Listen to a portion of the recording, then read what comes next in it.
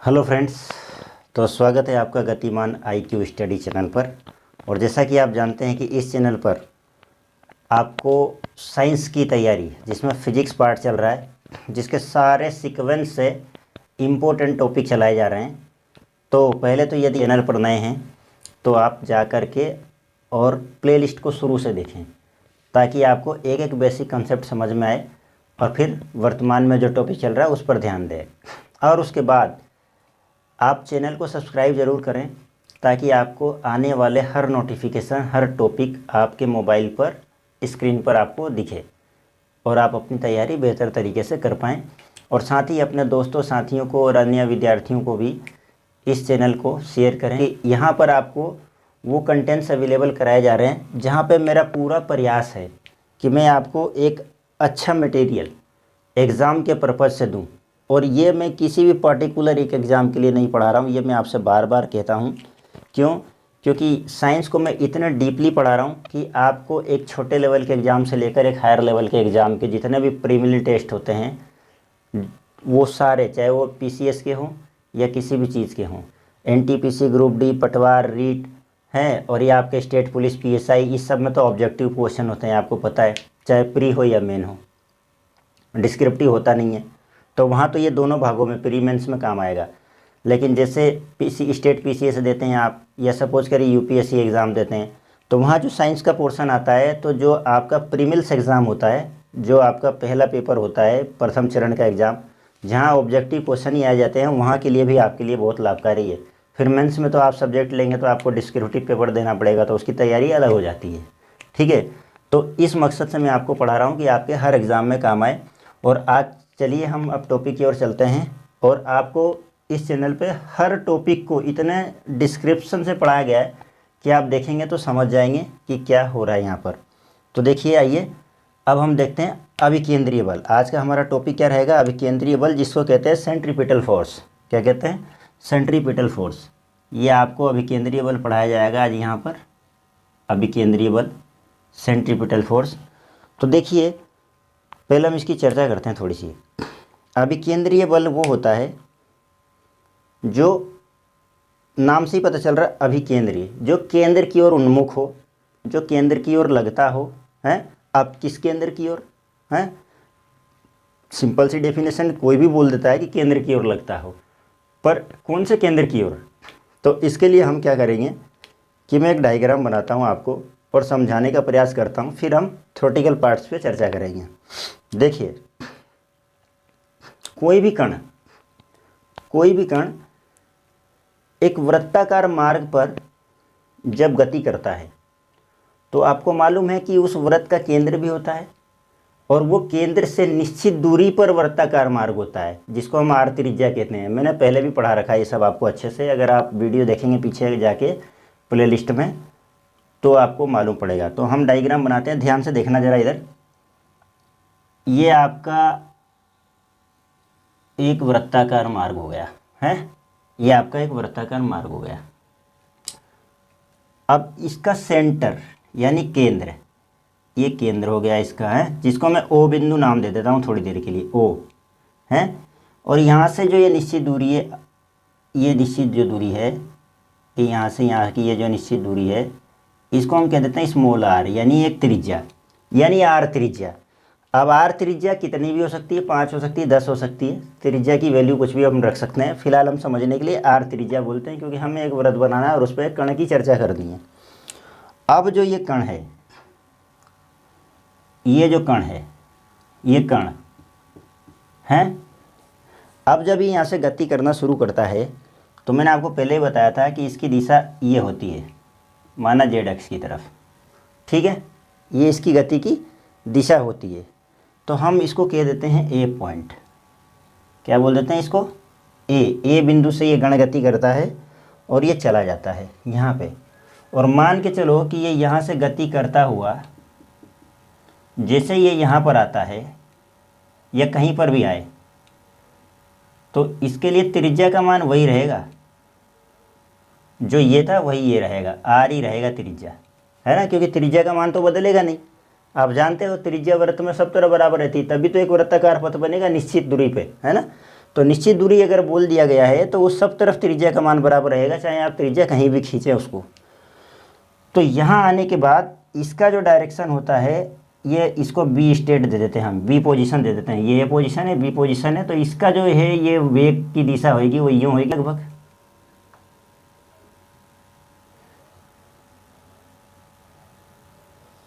यूँ होगी, ये जाएगी आपकी, ठीक, ये हो जाएगा आपका। और जब ये यहाँ से कण चलता हुआ और यहाँ तक आएगा है, तब इसकी दिशा कैसी हो जाएगी, ये हो जाएगी, हो जाएगी। और ये त्रिज्या क्या होगा, यहाँ भी एक त्रिज्या निश्चित दूरी पर, ये त्रिज्या जो है निश्चित दूरी पर आपका इस तरीके से डिफाइन होगा। अब देखिए ये कण था ए, जो वृत्ताकार मार्ग पर चक्कर लगा रहा है निश्चित दूरी r पर। तो क्या होता है कि इस वृत्ताकार मार्ग पर, और माना ये v वेग से चक्कर लगा रहा है, कौन से वेग से लगा रहा है, v वेग से, तो सबका वेग भी v हो जाएगा हर जगह पे, मतलब हर पोजीशन पे इसका वेग तो v रहेगा ना भाई। जो वेलोसिटी रहेगी, जो चाल इसकी रहेगी, तो जो इसका वेग रहेगा, वेलोसिटी रहेगा, वो सब जगह v रहेगा। क्या रहेगा, v समान वेग रहेगा, है ना, एक समान वेग से चक्कर काट रहा है। अब इस पर जो बल लगेगा वो परिभाषा के अनुसार, यह वक्त जो स्टेटमेंट होता है, ये अभिकेंद्रीय बल उसके हिसाब से केंद्र की ओर लगता है। तो केंद्र हमारा ये है निश्चित दूरी पर, ये बिंदु केंद्र है वो। तो इस पर जो एक बल कार्यरत रहेगा, देखना इधर ध्यान से, अब है इधर उधर ध्यान मत देना, नहीं तो मोबाइल हाथ में है आपके, वीडियो चल रही है और आप है ना उधर ध्यान रखना। तो ये क्या होता है, ये बल इधर की ओर कार्य करता है एफ, और एफ जो बल होता है सदिश राशि होती है, आप जानते हो, मुझे बताने की जरूरत नहीं है, मैंने पढ़ा रखा है सब, है ना। और यहाँ पे भी जो बल रहेगा वो किधर कार्य करेगा, इधर की ओर कार्य करेगा एफ बल। यानी हर तरफ जो एफ बल होएगा, जहाँ जहाँ इसकी पोजीशन चेंज होएगी, बात को समझना मैं क्या कहना चाह रहा हूँ, है जिस जिस स्टेट पे इसका पोजीशन चेंज होएगा, यहाँ ए बिंदु पर पोजीशन इधर है वेग, तो एक बल जो कार्य करेगा एफ वो इधर केंद्र की ओर लगेगा। बी स्टेट पे इधर वेग आएगा तो एक बल जो कार्य करेगा वो केंद्र की ओर कार्य करेगा। और सी स्टेट पे आएगा अगर इसका, ये सी स्टेट दे देते हैं हम नाम, तो यहाँ जो वेग लगेगा इस दिशा में, तो इसमें जो एक बल कार्य करेगा वो केंद्र की ओर करेगा। तो प्रत्येक बिंदु पर इस कण पर एक जो बल अंदर की ओर कार्य करता है, उसी को कहते हैं हम सेंट्रीपिटल फोर्स, यानी अभिकेंद्रीय बल। तो ये मेरा एक, इस डायग्राम से मैंने क्या आपको ये समझाने की कोशिश की है। अब हम पढ़ेंगे परिभाषा की ओर चलकर, हैं। तो आप देखिए ये डायग्राम मैंने बना के आपको समझाया है, और मुझे उम्मीद है आप समझ गए होंगे इतनी बात। अब आगे देखते हैं हम थोड़ा सा। देखो स्टेटमेंट में मैंने यही चीज़ लिखी है जो मैं इतनी देर से बोल रहा था, कि जब कोई पिंड किसी त्रिज्या r दूरी पर स्थित, जब कोई पिंड त्रिज्या r दूरी पर स्थित वृत्ताकार मार्ग पर, यानी वृत्ताकार मार्ग पर ये नियत वेग v से गति करता है, नियत वेग v से गति करता है, तो उस पर एक अभिकेंद्रीय बल त्वरण, यानी अभिकेंद्रीय त्वरण लगता है। मैंने ये कह दिया, अभिकेंद्रीय बल जो है वो एक प्रकार का त्वरण ही है, अभिकेंद्रीय त्वरण लगता है। कैसे लगता है, कैसे लगता है कि देखिए ये जो वेग है, ये वेग है निश्चित दूरी पर vr। अब जो वेग है तो वेग में परिवर्तन भी आता है, होता है ना, वेग में परिवर्तन, हर स्थिति पर वेग में परिवर्तन होता है इसके अंदर, तो वो परिवर्तन वेग में होता है। तो इसी कारण हम एक v और इसमें गुणा करते हैं, ध्यान से देखते रहना। तो ये जाके क्या बन जाता है, v²/r, है निश्चित दूरी पर, है, ठीक है।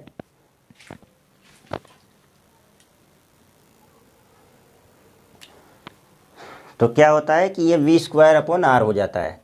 तो अब ध्यान से देखना इधर, तो उस पर एक अभिकेंद्रीय त्वरण लगता है, अर्थात ध्यान से देखना आप, अर्थात न्यूटन के द्वितीय नियम के अनुसार त्वरण सदैव किसी बल का ही परिणाम होता है। होता है, त्वरण सदैव किसी बल का ही परिणाम होता है। और इससे मैंने आपको ये बताया था, याद हो आपको तो, और नहीं याद हो तो कोई बात नहीं, हम तो आए हैं बताने के लिए ना, तो आपको बताएंगे ही सही। न्यूटन के द्वितीय नियम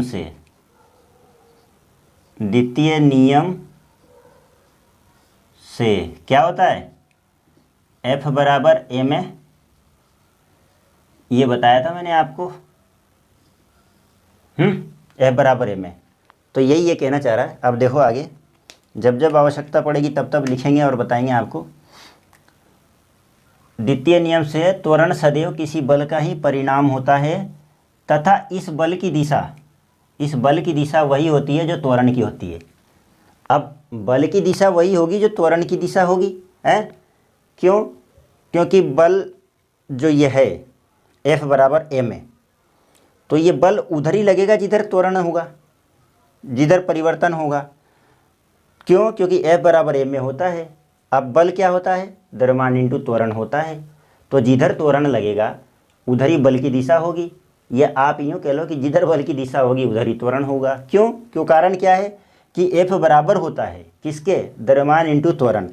तो क्या मैं ये बोल सकता हूँ, देखना ध्यान से, कि इस कण का जो द्रव्यमान होगा, जो इस कण का m, ये कण ये का m, यानी द्रव्यमान, इस कण का जो द्रव्यमान होगा वो m होगा, स्मॉल m होगा कि नहीं होगा? होगा ना। इस कण का द्रव्यमान में m मान सकता हूँ। अब न्यूटन जी ने कहा, उन्होंने क्या कहा बाद में देखेंगे, थोड़ा सा आप इधर देखते हैं। तथा इस बल की दिशा वही होती है जो त्वरण की होती है। बात आ गई समझ में आपके कि ऐसा क्यों हुआ? तथा त्वरण की दिशा लगातार बदलती रहती है। अब त्वरण की दिशा लगातार बदलती रहती है। क्यों बदलती रहती है? क्यों? क्योंकि देखिए, अब ध्यान से देखना, रिलेशन देखना, F बराबर ma, त्वरण की दिशा क्यों बदल रही है लगातार? क्योंकि लगातार वेग की दिशा बदल रही है। अभी वेग इधर था, अभी वेग इधर आ गया, ये वाला, पहले वेग इधर था, फिर थोड़ा आगे कण चलता है तो वेग इधर आ गया।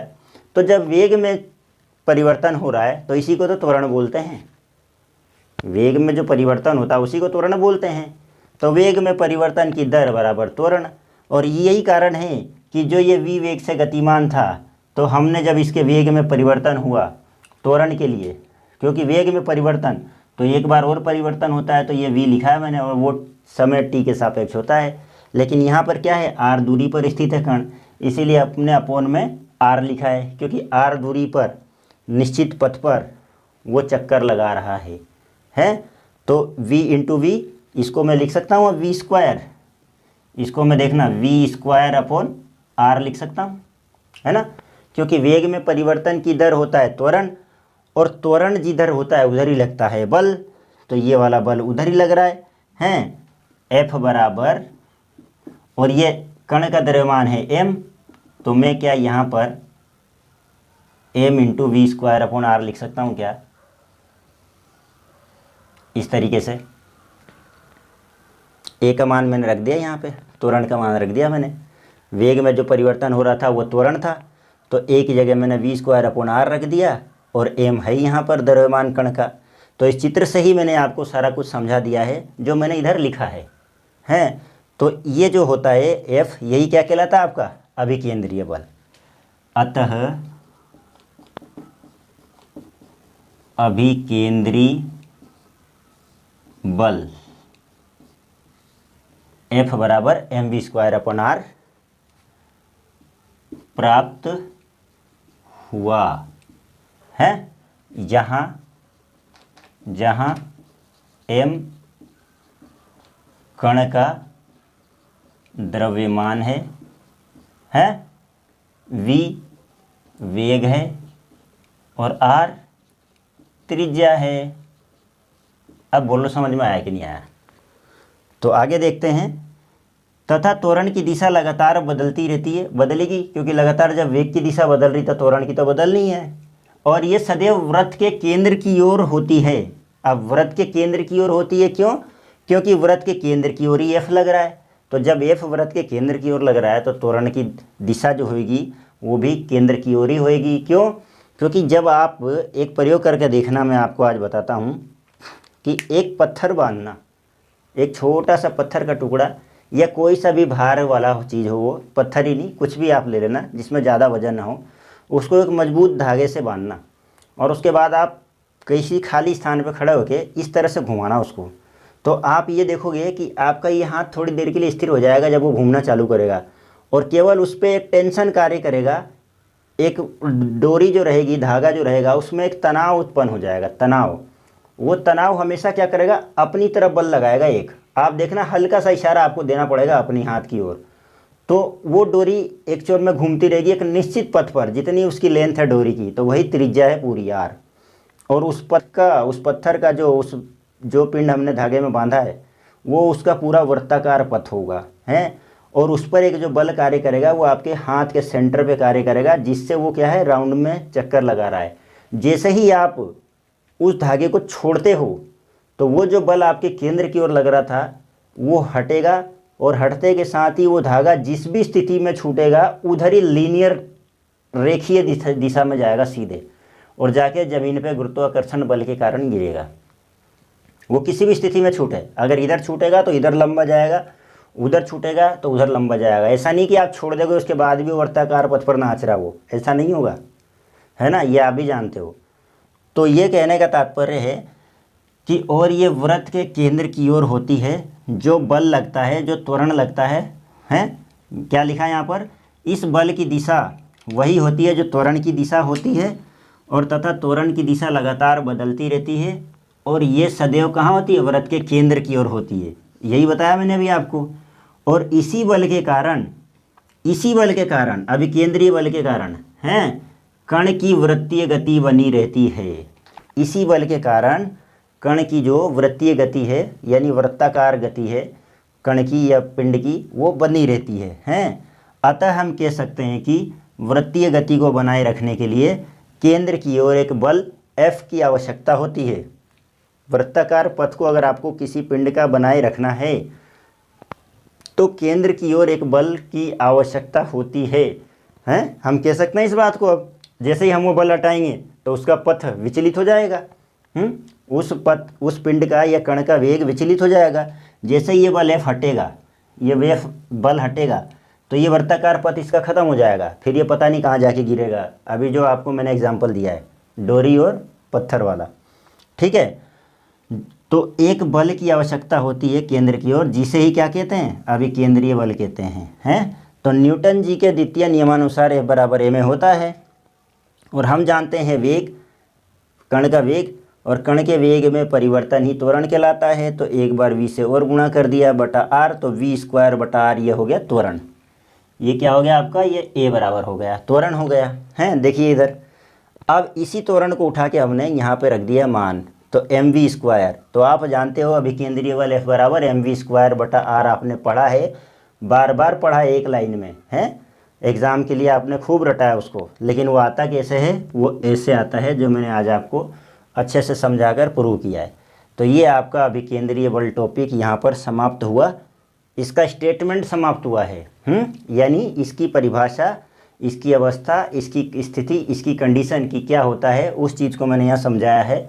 अब हम चर्चा करेंगे उसके एग्ज़ाम्पलों की। तो एग्ज़ाम्पल मैं लिखूँगा नहीं, मैं आपको बता देता हूँ और कुछ इंपॉर्टेंट रहेगा जो मैं लिख के दिखा देता हूँ, ठीक है।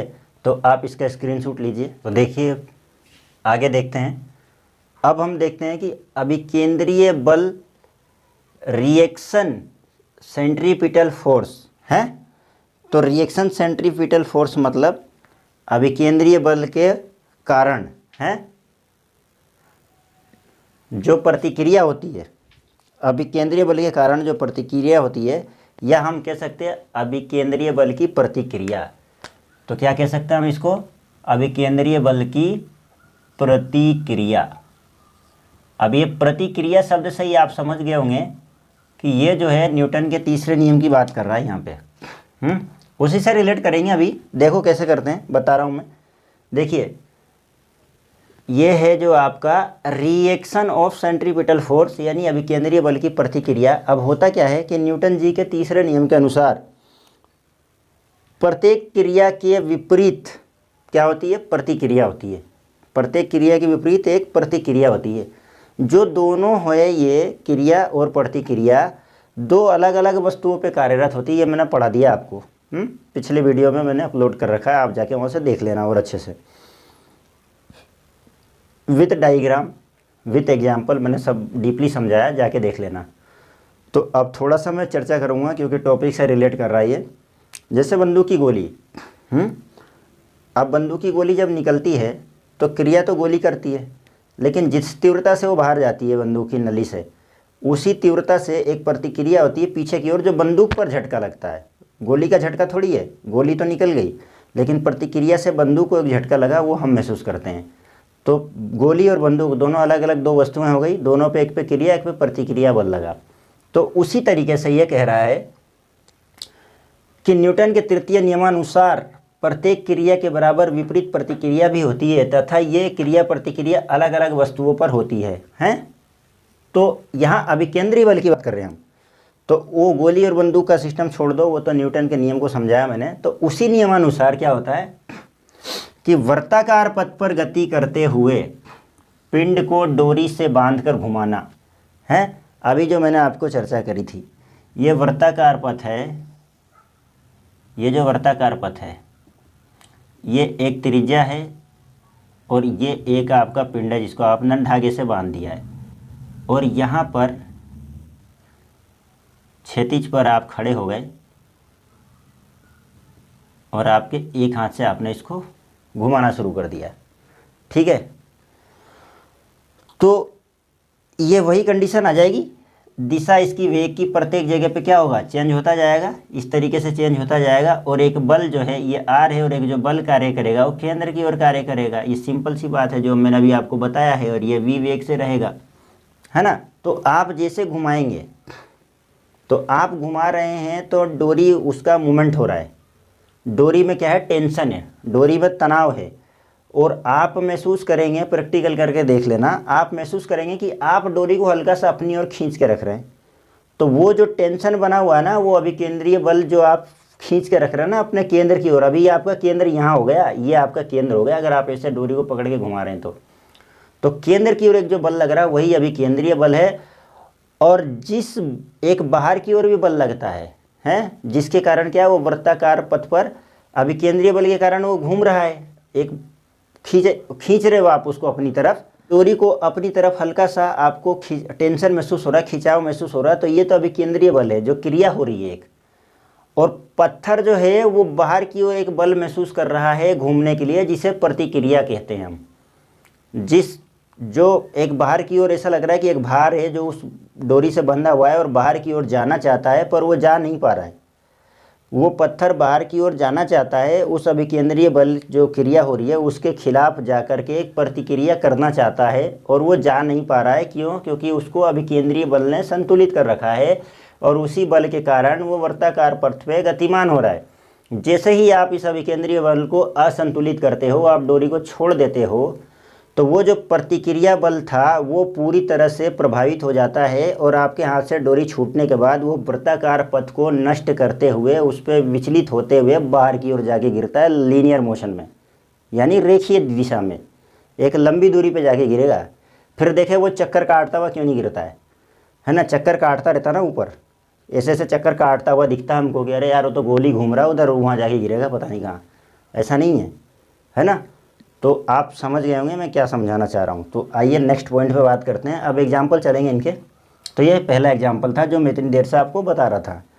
सेकंड आप देखिए कि सूर्य जो है उसके चारों ओर चक्कर कौन लगाता है, ग्रह लगाते हैं कि उपग्रह लगाते हैं, चक्कर लगाते हैं। पृथ्वी हमारी क्या है, क्या है पृथ्वी? चलो जीके में जाके देखना आप, हैं जब मैं जीके पढ़ाऊँगा ना मेरे चैनल पे तो सब समझाऊँगा अच्छे से।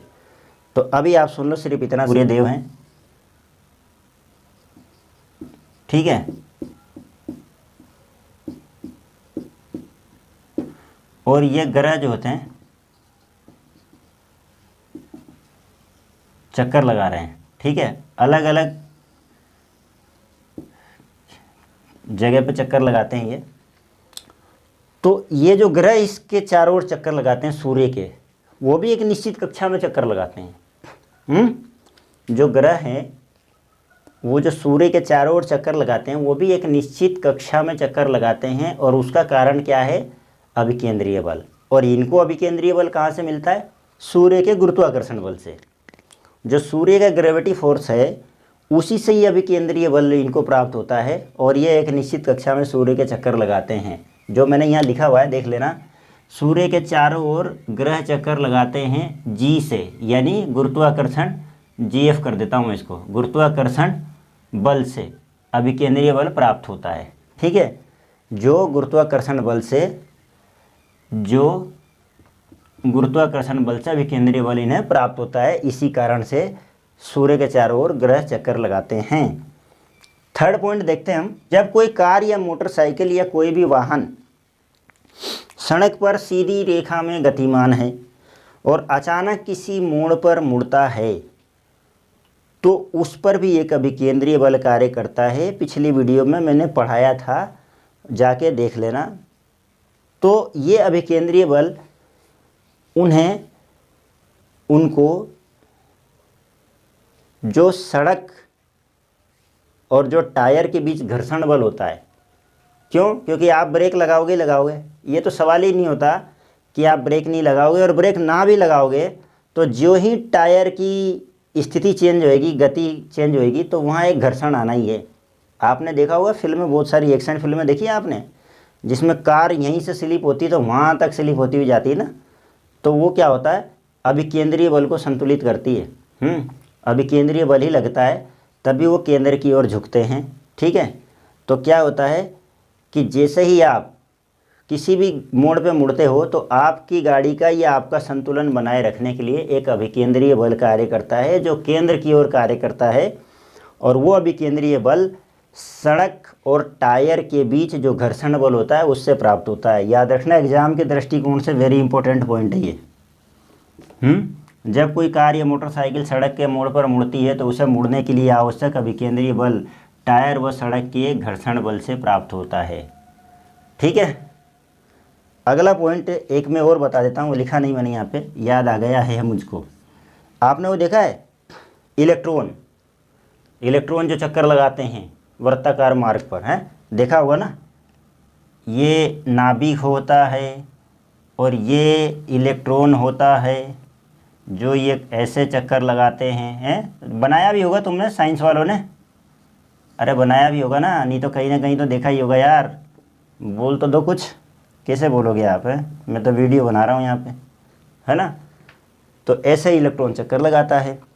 तो ये क्यों चक्कर लगाते हैं पता है? ये भी एक निश्चित मार्ग में चक्कर लगाते हैं, तो इनको भी एक अभिकेंद्रीय बल प्राप्त होता है, जो यहाँ विद्युत आकर्षण बल से प्राप्त होता है। हैं, कहने का तात्पर्य है कि आप जानते हो यहाँ प्रोटॉन भी होता है P, और यहाँ न्यूट्रॉन भी होता है N। तो जो न्यूट्रॉन होता है वो तो न्यूट्रल होता है, उस पर कोई चार्जेस नहीं होते, तो वो तो बेचारा शांति से रहता है। लेकिन ये जो प्रोटॉन महाशय है ना, ये होते हैं प्लस, और ये इलेक्ट्रॉन महाशय होते हैं माइनस। तो आप जानते हो प्लस और माइनस जो होते हैं एक दूसरे को क्या करते हैं? आकर्षित करते हैं।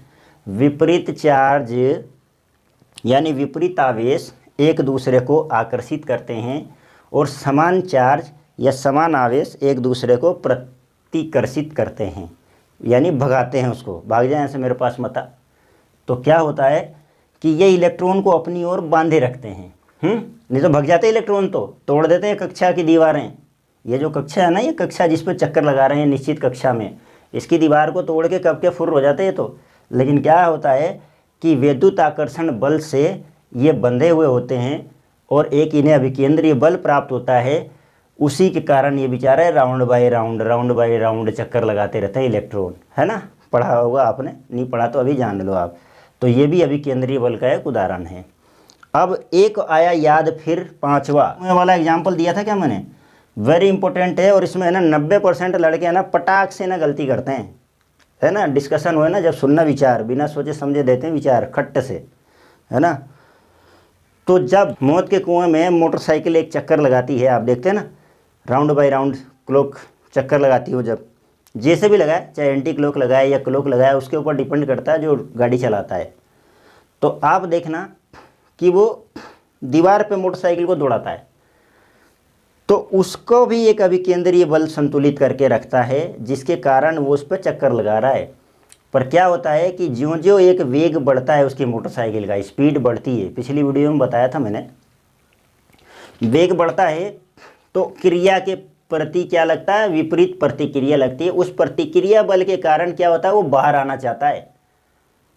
तो आप देखते हो कि कभी कभी वो ऊपर हमारे नज़दीक तक आ जाता है, हमेशा देखते हैं तो, हैं, तो वो उसी प्रतिक्रिया बल के कारण आ रहा है ऊपर, नहीं तो वो ऊपर आने की क्षमता नहीं है उसकी। और जैसे स्पीड डाउन होती है उसकी, तो वही अभिकेंद्रीय बल से ही संतुलित रहता है वो हर समय, शुरू से लेकर आखिरी तक।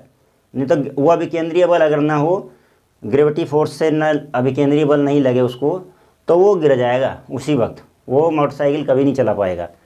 तो अभिकेंद्रीय बल से वो संतुलित रहता है, और वो जो बाहर की ओर आता है ना, वो एक क्रिया के प्रति प्रतिक्रिया बल लगता है, जिसे भ्रमवंश हम क्या कह देते हैं, एक भ्रम है, भ्रम इंसान का, जिससे कह देता है अपकेंद्रीय बल हो रहा है, अपकेंद्रीय बल लग रहा है उस पर।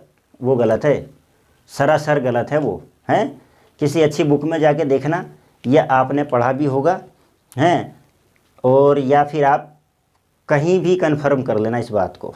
तो वो अभिकेंद्रीय बल के कारण ही चक्कर लगाता है, और उस पर जो बल लगता है जिसके कारण वो बाहर की ओर आता प्रतीत होता है, वो एक प्रतिक्रिया बल है, ठीक है, ना कि अपकेंद्रीय बल। अपकेंद्रीय बल भ्रमवंश बोल देते हैं हम, वो अभिकेंद्रीय बल का ही एग्जाम्पल है, ठीक है। तो ये आपका अभिकेंद्रीय बल पूरी तरह से यहाँ पे समाप्त हुआ। और थोड़ा सा मैं कहना चाहूँगा कि आप लोगों को यहाँ जितना भी मैं अवेलेबल कराता हूँ, डायग्राम से हर चीज़ को मैं समझाने का प्रयास करता हूँ, है। तो डायग्राम बना के मैं सब चीज़ समझाता हूँ आपको। और मैं आपको जो ये स्टेटमेंट लिखाता हूँ यहाँ पर, ये बिल्कुल सीक्वेंस से लिखे हुए रहते हैं। तो आप एक रजिस्टर या नोटबुक बना के इनको अच्छे से लिखिए, जिस तरह से मैं आपको समझा रहा हूँ। क्यों? क्योंकि दोबारा पढ़ने की ज़रूरत नहीं पड़ेगी आपको, आप इतने अच्छे से समझ जाओगे ये टॉपिक में कि मैं ये समझता हूँ कि दोबारा आपको पढ़ने की ज़रूरत नहीं पड़ेगी, या दूसरी बार आप रिवाइज़ करोगे तो आपको कन्फर्म हो जाएगा। अब मुझे आप बताओ कि अभी केंद्रीय बल से आपका कोई क्वेश्चन छूटने के चांस नहीं है, अगर इस टॉपिक से किसी भी एग्जाम में क्वेश्चन पूछता है तो, हैं। तो आप अभी केंद्रीय बल को अच्छे से समझ गए। अब बात करेंगे अगली वीडियो में अब केंद्रीय बल। तब तक के लिए मैं ये कहना चाहता हूँ कि अब केंद्रीय बल तो हम पढ़ेंगे अगली वीडियो में, लेकिन आप अगर इस चैनल पर नए हैं तो अब इसको समझते हुए सब्सक्राइब कीजिए और शेयर कीजिए, और आपको लगता है कि आपने वास्तव में कुछ सीखा है तो लाइक कीजिए, हैं। तो मिलते हैं फिर अगली वीडियो में आपके लिए अब केंद्रीय बल के साथ। तब तक के लिए जय हिंद, टेक केयर।